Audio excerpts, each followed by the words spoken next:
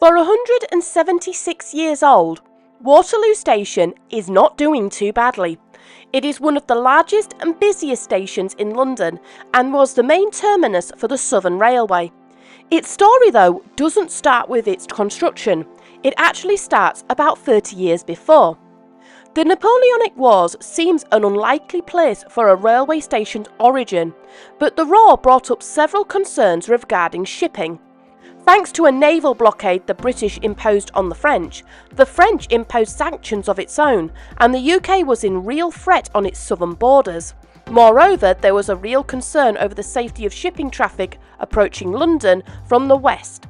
After the war was finished in 1815, it did highlight the problems of moving goods, especially from the southern ports. The roads were nothing more than dirt tracks, and canals, while easier, could take a long time to build with a lot of manpower. In 1830, Robert Johnson and Abel Rouse Doughton made a proposal for a railway to connect from London to Southampton. Called the London and Southampton Railway, it promised to be a solution to the problem. However, setbacks, reviews and consultations would mean delays, as well as the terminus in London, Nine Elms, was rather inconveniently placed for the city centre, meaning passengers would need to take alternative transport to get to where they were needed, hardly fitting for a railway. But after a great deal of working, the railway was built. The company got a name change too and became known as the London and South Western Railway, and for the next 10 years, everyone prospered. In that time, another station was proposed, not to be a terminus, but to be an extension that was better suited towards the city. This station was named Waterloo Bridge, after the bridge that sat close by. The aim was not to stop there. The railway was aiming to be the first to cross London overground and reach London's heart. It was also planned that the stations themselves would expand as the passenger numbers grew. To get to this new terminus, a new viaduct would have to be built above ground. The viaduct proposed to be 2 miles long. It was called a Metropolitan Extension and would hold 4 tracks. It wasn't popular with the locals, as about 700 families suddenly found themselves displaced. It also dissected through many ancient areas of the city, but the viaduct got approval, and under Joseph Locke's guidance, it was built. As Waterloo Station was never designed to be a terminus, not much thought was given to its platforms on its construction. William Tive had built Nine Elms and knew the area well, so was perfect for overseeing the project and probably was on hand to see the rest of the railway built through London. When planning started, it was found that the land around the site was marshland and considered too boggy for ground level platforms, so great arches and tunnels to support the station was built. It took a few years, but in June of 1848, the railway station was completed with 14 trains daily that graced it. It was decided that Nine Elms Station had served its purpose. People coming to London would not want to get off there when seeking to reach the city, so it was decided to close the station to all public traffic. However, the station remained largely busy with both freight and royalty.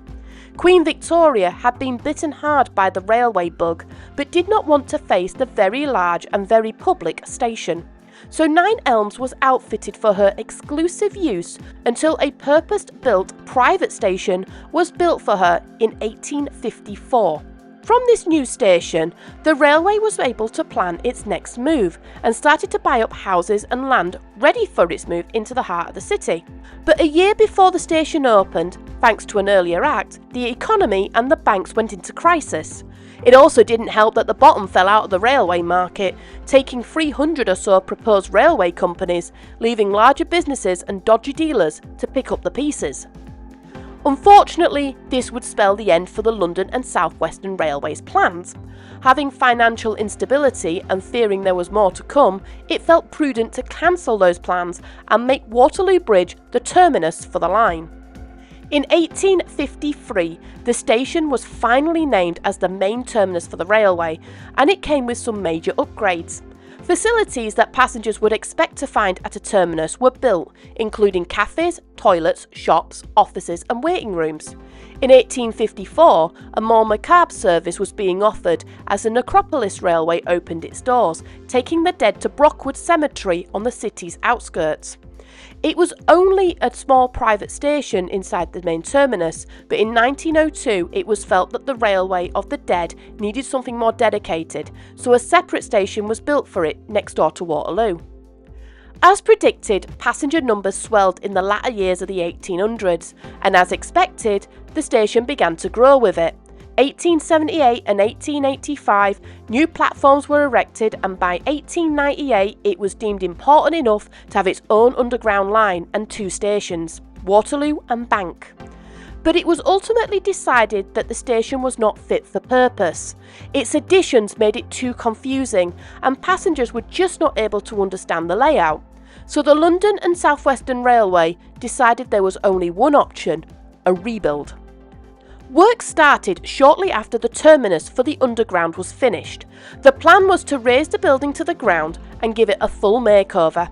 The chief engineer of the time, John Wickham Jacob Hood, was sent to America to gather information and gain inspiration on building design. Over 6 acres of land surrounding the station were purchased, displacing nearly 1,800 people. To help, the LSWR built 6 new blocks of flats. The flats were a marked improvement on the previous housing, which were nothing more than slums or used for more undesirable and nighttime activities.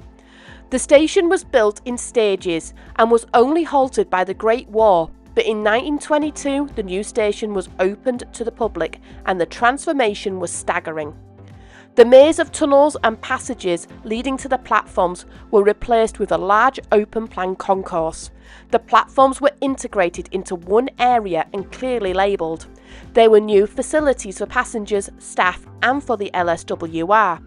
This included new dining facilities, offices, waiting rooms and booking hall, and the whole building was capped with a giant roof with skylights, allowing natural light to cascade onto the platform for the first time in decades. The front of the station was adorned with a large Georgian-style archway. The LSWI was proud to stamp the station as the grand terminus with a large stained glass window, proudly showing the company's crest.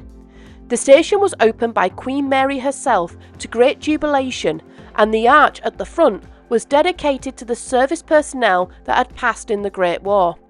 The station was to be the last great achievement the LSWR would make independently before the company was swallowed by the Southern Railway in 1923. During its construction of the station, plans were also put in place to electrify the line. It was decided that the railway would use a live third rail. The electrification would spread from the station, reaching as far as Windsor by 1930. It made the services more economical, especially running the branch routes, but the threat of war was looming and the railway needed to act. In the years before the Second World War, the Southern Railway constructed several new lines, including ones to Aldershot and Camberley. This would prove beneficial in moving both goods and troops. Sadly, the enemies knew this as well, and it made Waterloo a target. It was heavily bombed during the war, but despite its continuous pounding, it bounced back, and over the course of the war, the station was only closed for a total of 24 days. In 1948, the ownership of the station was passed to British Rail. They continued the LSWR's work of electrifying the lines and continued to stretch its network for the next 20 years. By then, steam was being phased out, and in 1967, the very last steam mainline service to depart from Waterloo left and headed for Bournemouth. The very next day, crews were on hand electrifying the route. The next large change the station would see would not be until the early 90s. The Channel Tunnel was completed and ready in 1994, but the terminus wasn't. Waterloo was selected to be the Channel Tunnel's temporary home. Platforms 20 and 21 were demolished, and a new terminus enclosing 5 platforms was built, ready for the European passengers. The late Queen and the French Prime Minister celebrated the opening by travelling from Waterloo on the 14th of November. By 2007, the new platforms at St Pancras were ready and the trains were moved. The platforms lay abandoned for over a decade, out of sight of passengers. After a lengthy rebuild and modernisation, the terminus was ready for passengers again. The platforms were reintegrated back into the station, and the terminus is now being used as a shopping centre called the Siding. Thanks to its redesign, the station is now considered to be one of the busiest and largest stations in the UK. Its clock and platforms were immortalised in several works of art, some of which the Railway Museum own, and the arches below the station are alive with art of a very different kind. There was once even a small cinema that showed the latest news and cartoons. From a skate park to a restaurant, the station is perfect for catering for all city dwellers, for those wanting to stay and enjoy the scenery, to those that are merely passing through. This station hits the mark on every single level.